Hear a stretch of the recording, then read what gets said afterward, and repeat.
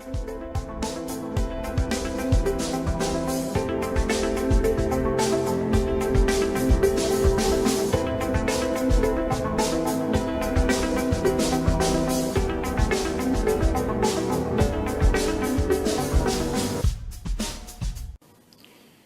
morning, everyone. This is Donna coming to you again. Today I wanted to talk a little bit about the color wheel and the basic, I'm talking not even color 101, I'm talking color .0099 theory of the color wheel. There are three primary colors. There is this blue, there is this red, however it doesn't show up as a real true red on the camera here, and there is this yellow. Those are your three primary colors. If you take equal parts of those three colors, let's say 3 drops of each of the red, the yellow, and the blue, and put them together and mix them up, you're going to get black or a dark gray, depending upon what amounts of each you would put in. So the presence of all color and every other color, I might say, is derived from these three primary colors. Every other color in the universe is based upon these three primaries. So if you put all color in a pot, let's say you picked every one of these colors, you put it in a little pot, you stirred it up, you're going to get black or some variation of a gray, and that would extend from a very light gray, if you used lighter colors, to a very dark gray. Let's say you use these colors. It would be a very dark gray or a black. The absence of color, denoted by this little white dot or circle here in the center of the color wheel, is the complete absence of color. There is no color.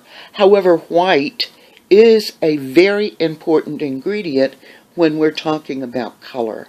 You will see some color wheels where the primary color has different gradients in it. I'm just drawing this in very quickly so that you can kind of get a feel for it.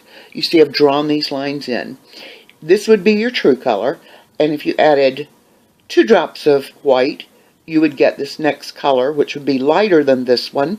You added 4 drops of white, that would be your next lightest color, lighter than both of these two. And it gets very, very pale blue down in here.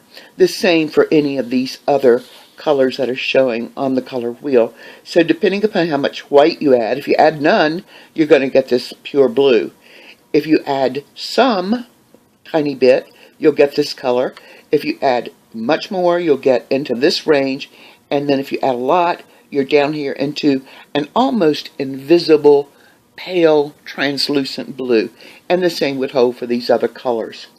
Now the next thing I want to point out is there are secondary colors: green, purple, and this is a yellow orange combined by this and this. If you mix these two colors together in proportion, equal proportion, you're going to come up with this color. You mix yellow and blue together, and you're going to get green. That's your secondary color. If you mix blue and, let's see, what color would it be? Red together, you're going to get this purple. So that's the way the colors are developed. Now I want to show you some examples of how they manifest in planning materials. I just happen to have the Cocoa Daisy because that's what I'm using each and every month. But you can see for the month of January, her colors were, excuse me, ranging from almost a deep purple to a magenta, to some golds, to a teal, to a blue-green, and to a blue. So let's take a look at how that might look here on the color wheel. Alright, there would be your blue. This blue-green would fall somewhere in between these two colors. Mixing these two together, you would come up with this color. This would be one of those pale, pale colors coming down in this section of your color components. What she's done then, you can see that these are analogous colors. She's reached over and picked up this orange and the darker orange as complementary colors. And then she kept on with her analogous colors, picking up in this range. Blue, please excuse me. You can see that her design is taking these colors and creating her design. Let's flip open to a page. Okay, you can see here. Here is her orange and her magenta. Now she's probably added white to get to some of these lighter colors. In the printed materials, this was here, and you can see that's getting you in this teal color right here. And what I did, now she put that stripe in, and that stripe in, but I do 2 days per pages. So what I did is I just reached over and picked up an orange. See how I've done that? That's a complementary color to all of this blue that we're seeing here on this page. Let's check another one here. Okay, you can see here that she did a gradient going from this more magenta color back through the purple, back through the blue, and almost a blue-green.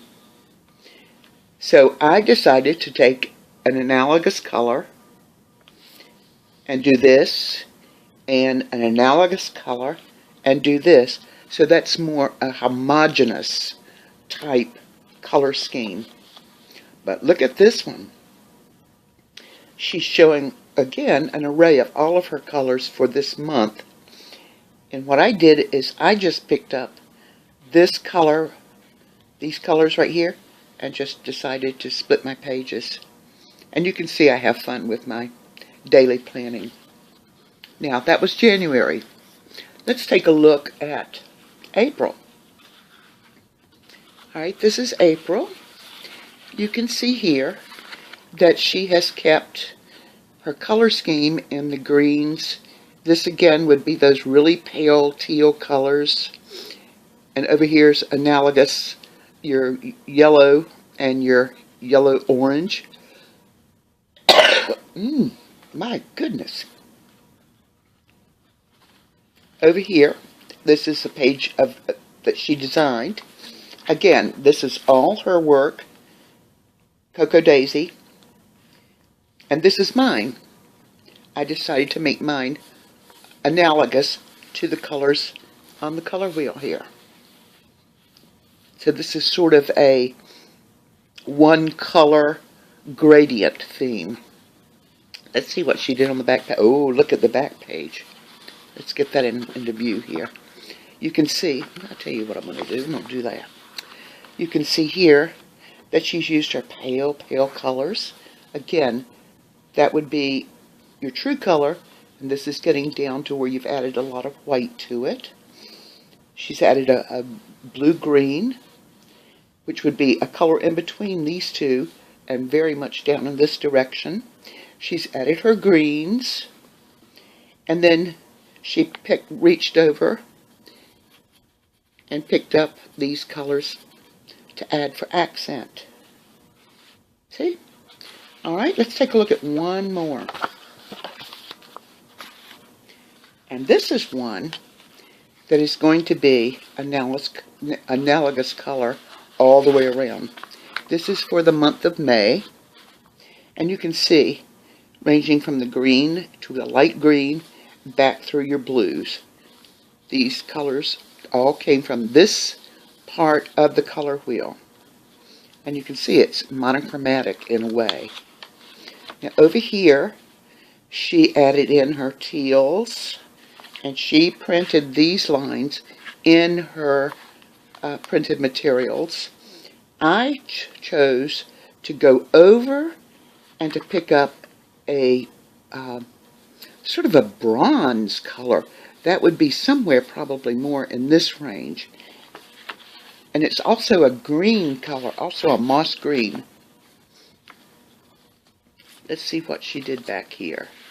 Okay, again, she's used primary green and blue throughout. And again, she's come from this part of the color wheel. So, there you have it. This is Donna introducing a little bit of color theory. When you're decorating your planner and you see that your planner page, let's say, let's use this one. Your pre-printed planner page falls kind of all within one area. You can reach over and grab one of these tertiary colors like the magenta. I probably would go over here and add a complementary color, more complementary to this, to bring out and give that a pop of a yellowish orange or even a reddish orange. But this is an analogous color scheme. Analogous means they all kind of run in the same range. Complementary means they are across the wheel. Absence of all color, and black is the presence of color, all color. So this is Donna signing off, having introduced you to a bit of color theory in pre-planted materials, but it also the same theory applies if you're wanting to create a monochromatic look. Stick to these colors in the color wheel versus going over here and picking up complementary colors if you want it, and these are very calm and soothing to the eye.